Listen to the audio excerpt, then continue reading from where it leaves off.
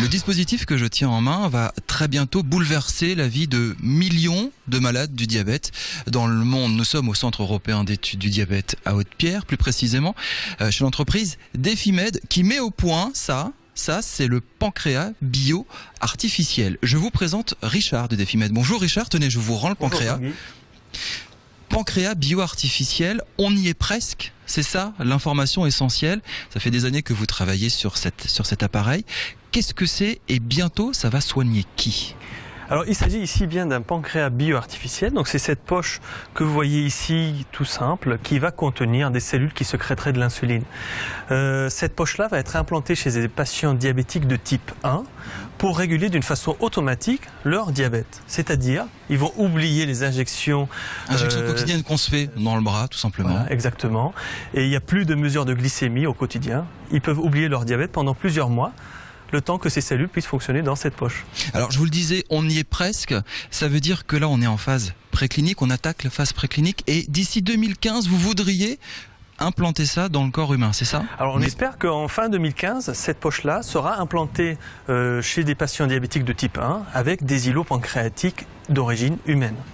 Les chiffres sont quand même assez impressionnants. L'OMS a dit que le diabète c'était la maladie du siècle. Il y a à peu près 300 000 personnes en France. Et l'Alsace a une très forte prévalence. On mord beaucoup plus du diabète en France qu'ailleurs dans d'autres régions de métropole à cause du surpoids. On va vous faire visiter, on va avancer un petit peu, on va vous faire visiter ce laboratoire Centre européen d'études du diabète et l'entreprise Defimed. C'est combien d'années de mise au point ça, Richard ? Alors, il s'agit d'un pancréas artificiel qui a débuté dans ce centre où on est, le Centre européen d'études du diabète.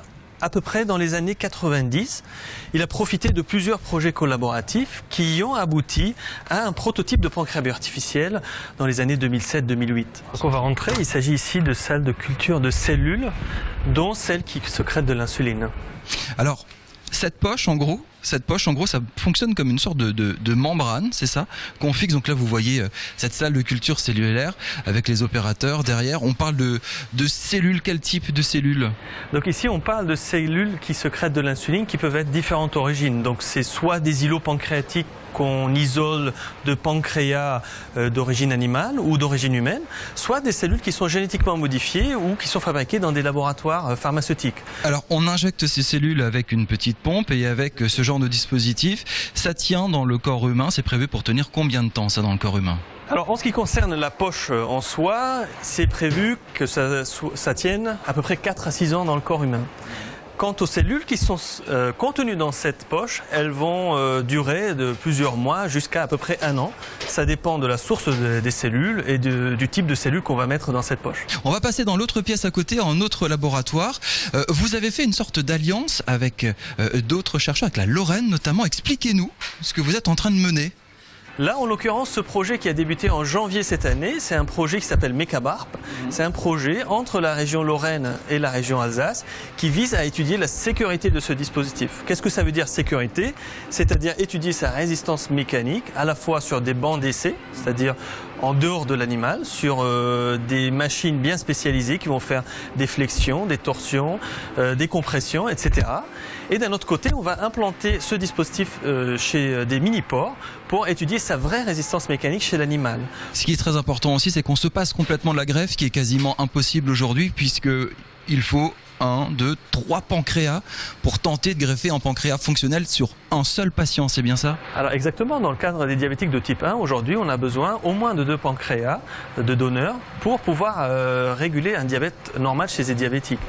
Les difficultés de don d'organes, demander 2 organes du coup c'est quasiment impossible. Alors c'est très simple, on compte à peu près 0,01% des diabétiques au monde qui profitent d'une transplantation, que ce soit transplantation d'îlot pancréatique ou d'une greffe de pancréas entier. Il y a quelques minutes, je disais, ça pourra bénéficier à des millions de personnes en France et dans le monde, puisque le diabète touche de plus en plus de monde, c'est la maladie des temps modernes. Vous êtes d'accord avec ce constat? Ça, c'est un véritable espoir d'améliorer leur quotidien? Alors, on pense que c'est le futur du diabète, du traitement du diabète. Pourquoi? Parce que la transplantation aujourd'hui est la façon la plus physiologique de traiter un diabète. La transplantation a des points négatifs, comme on l'a dit, c'est la pénurie d'organes et vraiment le traitement anti-rejet. Avec cette poche, on va résoudre les problématiques de la transplantation. transplantation. Donc on est un accessoire qui va aider la transplantation ou même la thérapie cellulaire à arriver un jour chez un patient. Merci beaucoup Richard de nous avoir expliqué tout ça sur ce pancréas bio artificiel conçu et imaginé ici en Alsace, près de